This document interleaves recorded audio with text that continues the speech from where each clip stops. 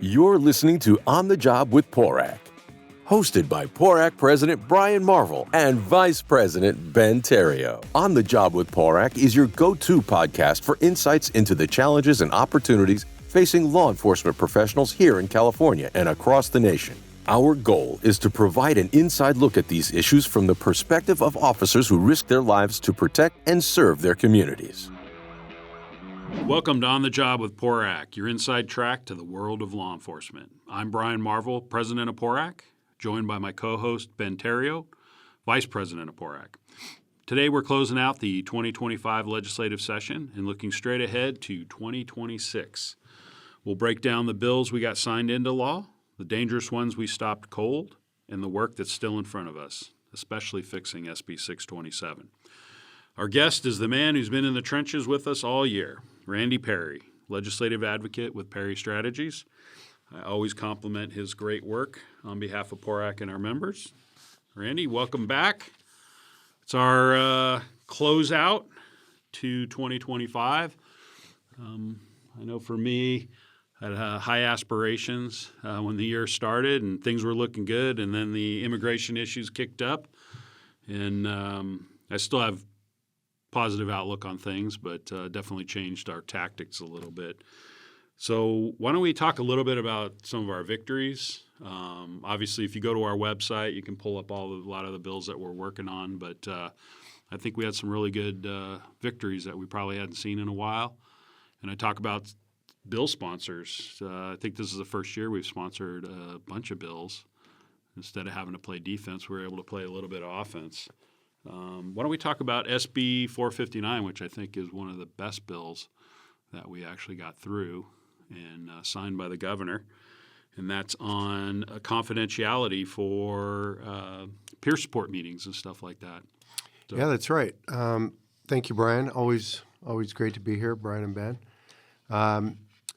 So I mean, as we've talked about and as you alluded to, after Proposition 36 passed by over 70% of the vote, I think the public sent a clear message to the legislature that they're tired of all the quote-unquote police reform legislation, police bashing, on, and they want to move forward. Also added to that is the increase in crime, obvious increase in crime. So the year started out as, people kind of putting away some of those bills. Now, it didn't stop.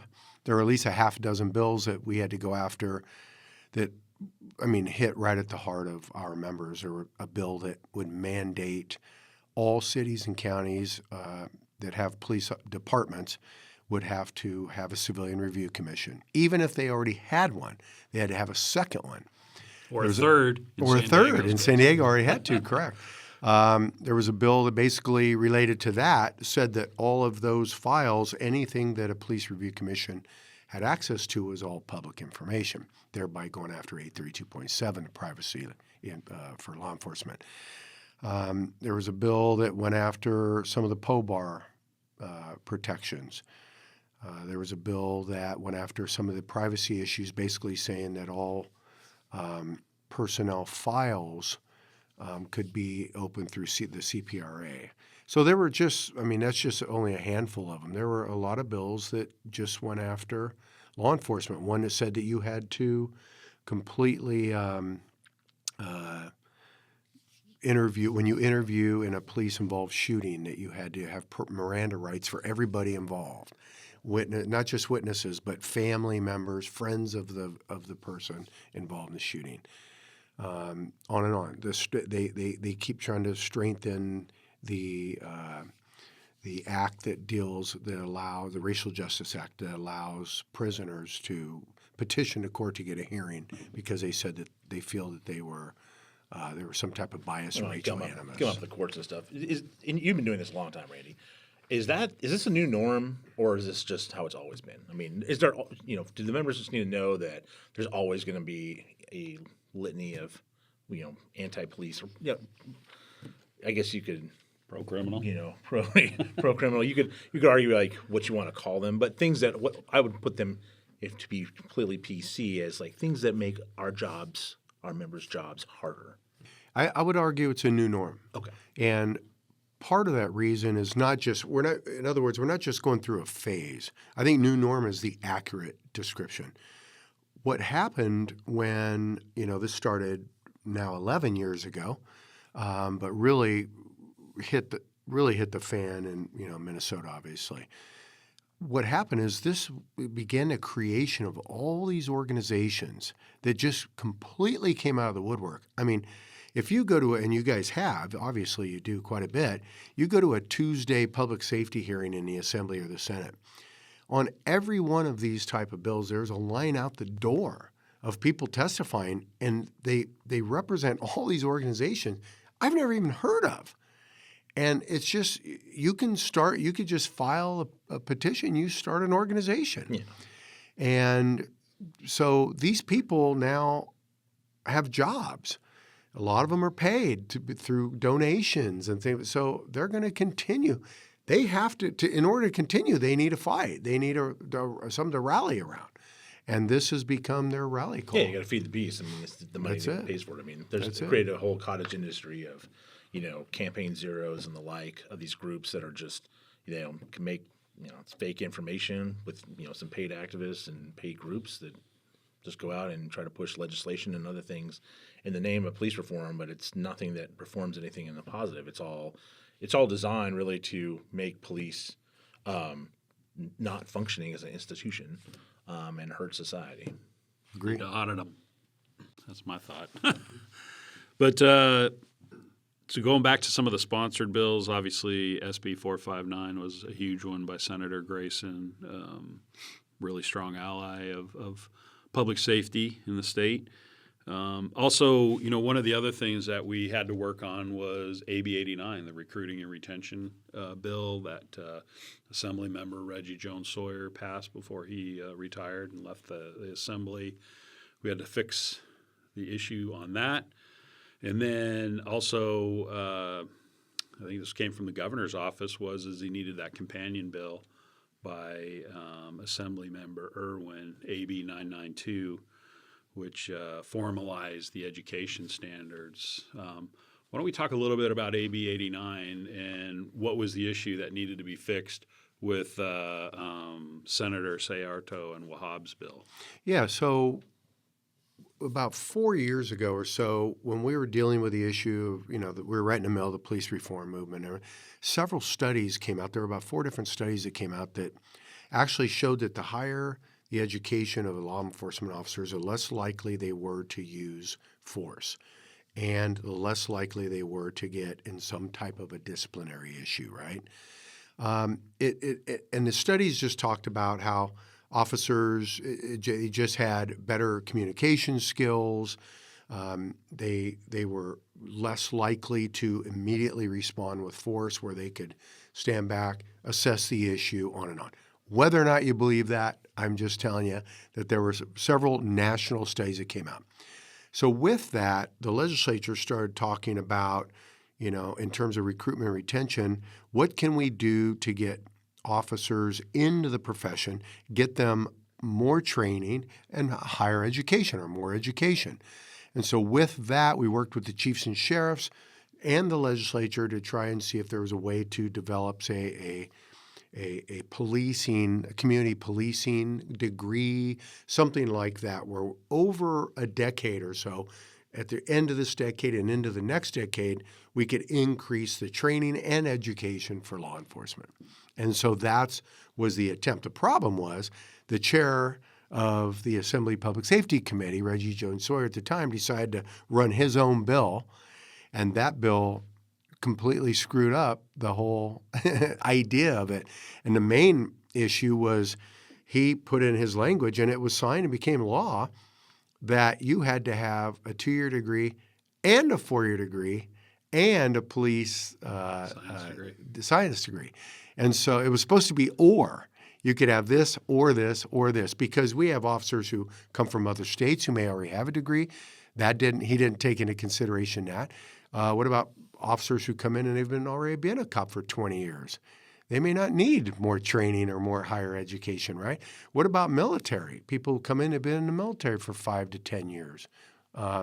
So we wanted to be able to say you have this amount of education or you have this type of equal time as a peace officer, or you have military training, you already have your post train. So we wanted to be able to take all of these things and together combine them to be a higher education program.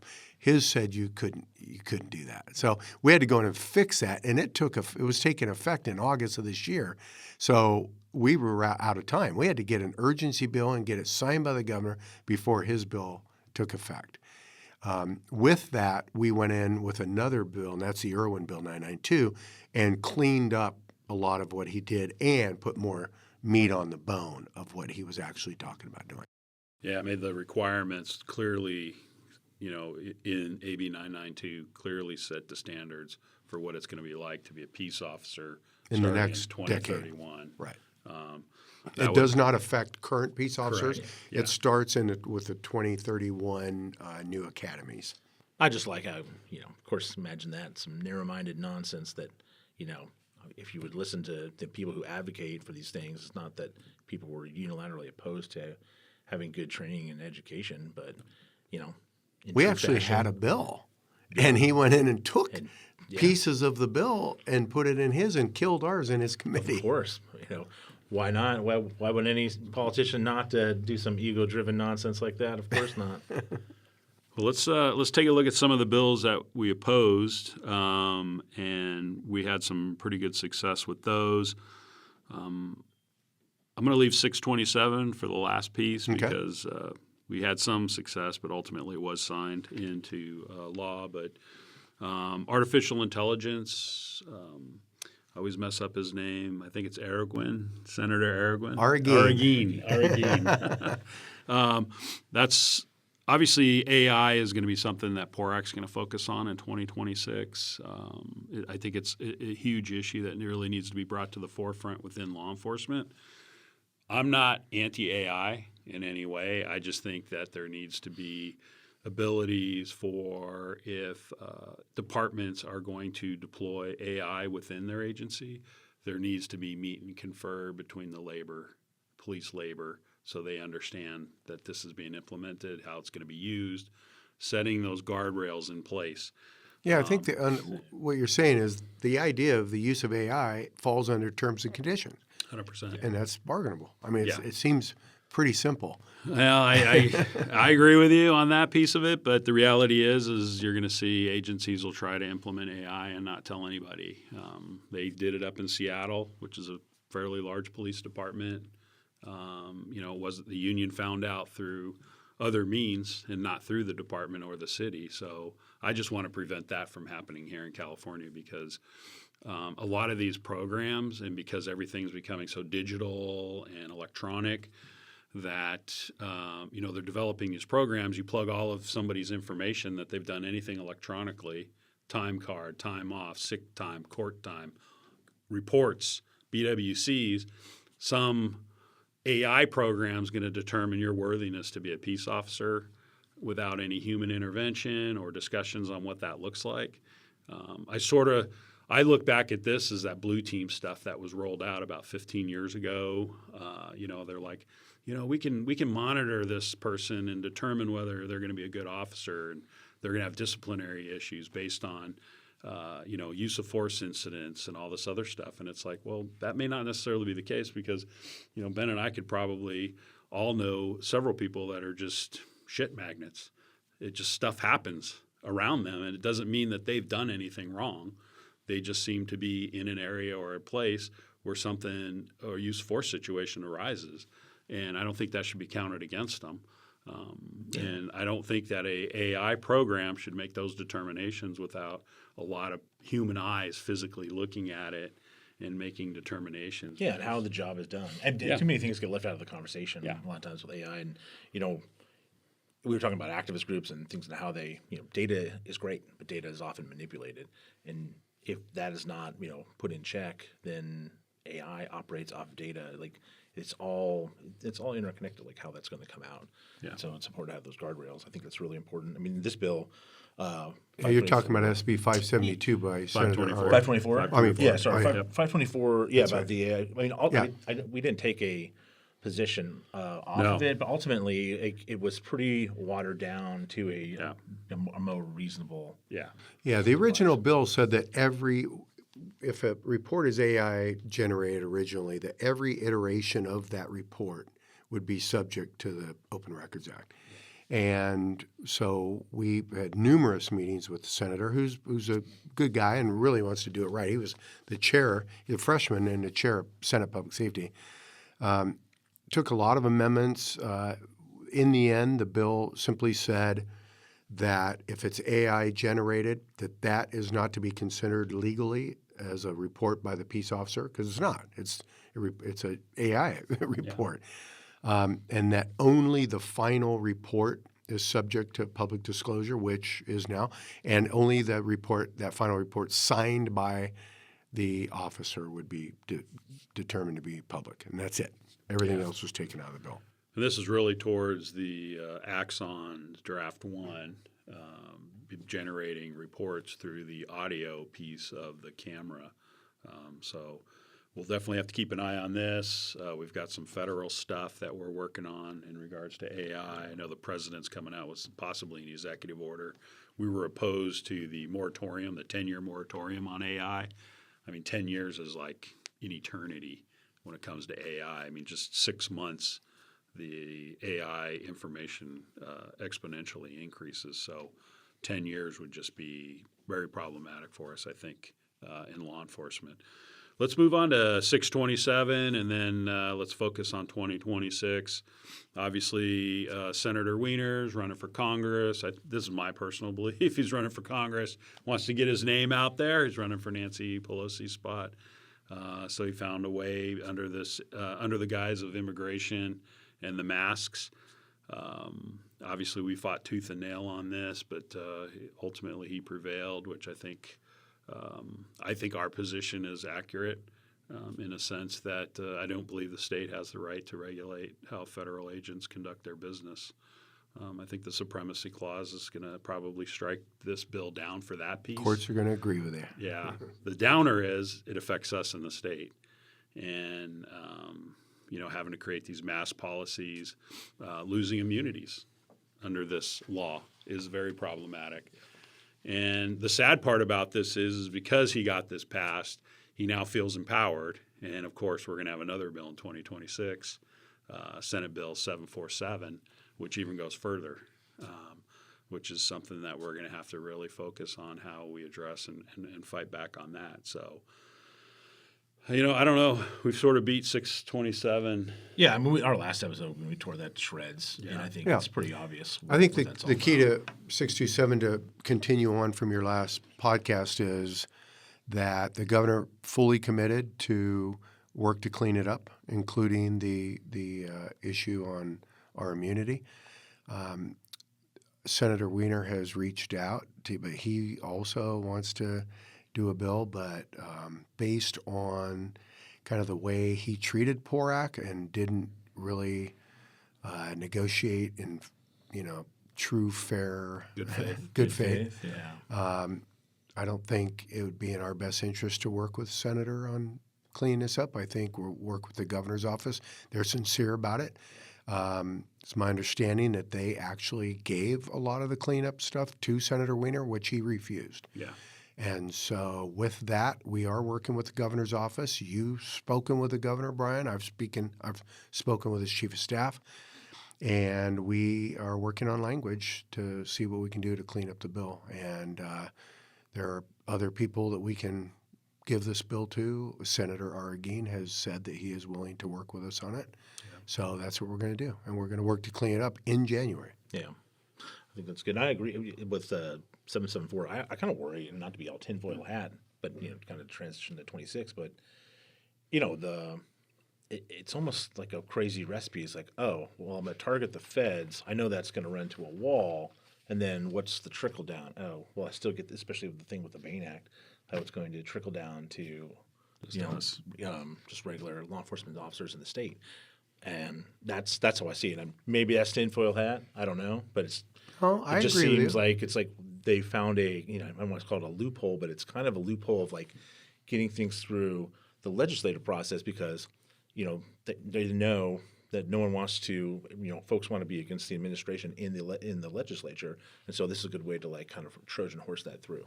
Well, the feds have filed the suit that we, in our testimony, every single committee along the way on 627, which, just a reminder to folks, that was a gut and amend. They took everything out of the bill, dropped us in June. The process was supposed to be February. You introduce a bill and it goes in this whole process. Bill was already in the other house, gutted it, and then moved it. So right at the very beginning, something this important to do it in a process that way is not right. But the feds have already filed a lawsuit against it, and we told them that this was going to happen. We told them, our attorneys told them, this is not going to stand up in court. And so they filed it. It doesn't even take effect till January 1st. Feds have already filed it. I'm sure if for some reason this lower court doesn't rule with the feds, which I would find it very hard to happen, that it would go to Supreme Court right away. I mean, the administration can send this and put priority, and it goes to Supreme Court right away. I wonder, but will that actually? So I totally agree. So that could affect the new bill that he's introduced. You will, Absolutely. or do you think they're just going to full steam ahead because that's this and this is that? But if a court case comes out and says, state, you can't do this. You can't tell feds how to handle their employees, how they work in other states, then any other bills following that goes down that same line would be ridiculous. I'm hopeful for that. And I think the legislature, I don't want to say they got a pass on this one because there was like, well, we're being told it can happen, but now when there's a definitive case on point for our state, I think the proposed bill that he's got out there may have a harder time. But I agree with Ben. I think that they have found a way, hey, this is all about the feds, and then they sneak in all the stuff that's going to affect us here at the state because if it gets washed out by the feds, they've made changes to the state that they still want, but they just got it under the guise that it's going to affect the feds because everything in the state is about Washington. There's nothing about California anymore. It's all about the Trump administration and what's there. And it's not just disingenuous to the men and women in law enforcement. It's disingenuous to immigrant communities and communities who are like, oh, this is what we're trying to help. No, you're not. Yeah.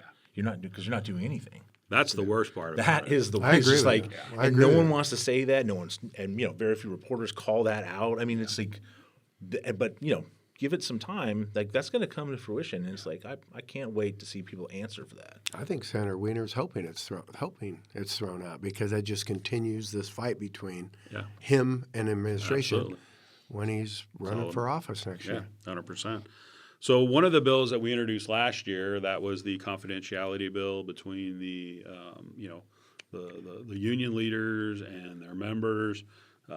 We weren't able to get it through, but we're going to reintroduce it.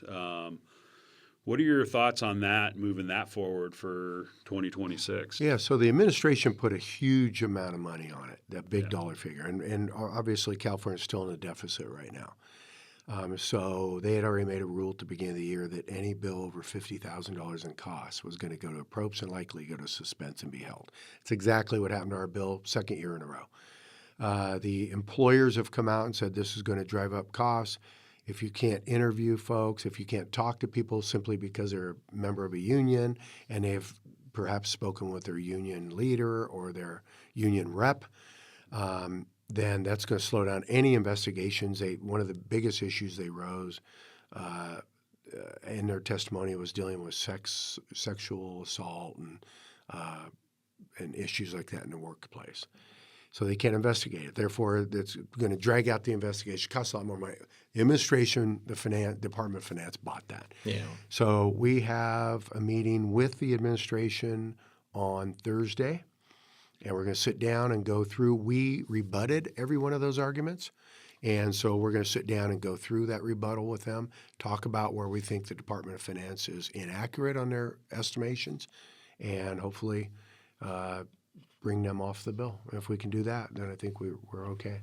And this is near and dear to my heart. I mean, this is something that affected me personally as a POA president where, just trying to rep somebody on, something totally innocuous and not that I'm not involved in, and this happens all the time. And then to get sneaky, the head of the IA unit decided like, hey, we'll IA you and you can tell us what you guys talked about. And Right. This is absolutely outrageous. Right. And that's all it is. It's a total jack move on labor reps. I don't think people disagree with it at the Capitol. It was just literally, is this a real cost? Millions of dollars here statewide and to the state, because you have state employees that applies to too. Yeah. So people are like, whoa, let's hold off. I hope they can break down and tell you like how they came to those outlandish Well, numbers. we've broken down their arguments, and so we're gonna deal with that on Thursday and see what we can do. Yeah, we have a lot actually at conference at the Saturday board meeting. The board approved a lot of priorities for 2026. Obviously, we'll have to whittle those down as the year progresses. So I'd recommend the listeners continue to listen to the podcast, read the magazine, and stay in touch. I think we have some really good stuff. We're looking at trying to eliminate taxes on overtime.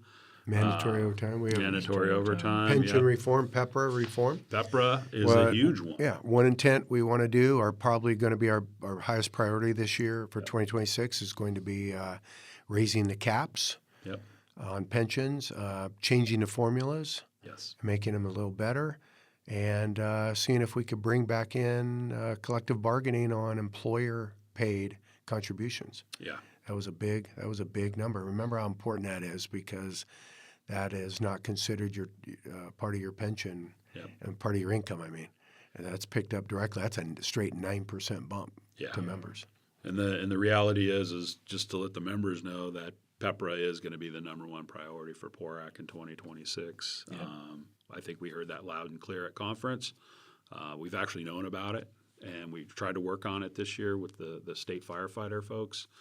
And we just really need to really make a concerted effort in 2026 to fix some of the issues that that bill brought out. I don't think it's insurmountable, but I can tell you this is going to be one of those bills where we're going to need everybody's help. Yeah. You're going to have to start calling legislatures. You're going to have to start calling your local officials, because there is going to be a cost associated with this. But the reality is, the changes that were made haven't kept up with what's going on through inflation and other types of issues. And a lot of the changes that are being proposed have to go through negotiations. It's the state isn't mandating all of this stuff. They're allowing these negotiations to happen. So that in itself, I think, is a good thing, because you don't have to. It's not being forced upon a local agency or municipality.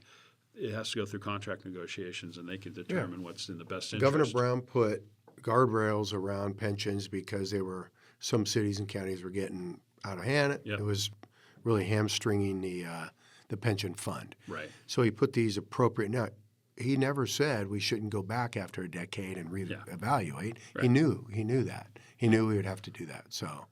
And I was at the table during the negotiations, so I know exactly what the discussions were about, and now it's time to make some of those changes. Yep, absolutely. And I think that's a good close to this podcast. A lot of good stuff coming up in 2026. I want to thank everybody that supported us and listened to the podcast over 2025, and we're going to have a lot of good stuff planned for 2026. And obviously, on the legislative piece in California, we can't thank Randy enough for the great work that he's doing for us.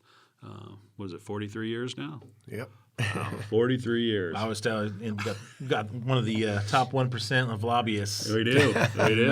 Wow. That's working nice for us. Absolutely. No, that's the truth. I sing your praises everywhere I go, Randy. You know that. Especially at conference. I think the members need to hear it. But I want to thank you for coming back, giving us the straight truth on what we accomplished in 2025, what we stopped, and the work we're already lining up for 2026, especially on 627 and the PEPRA stuff. Don't forget to check the show notes for a full list of bills that we talked about today, plus updates and action items at PORAC.org.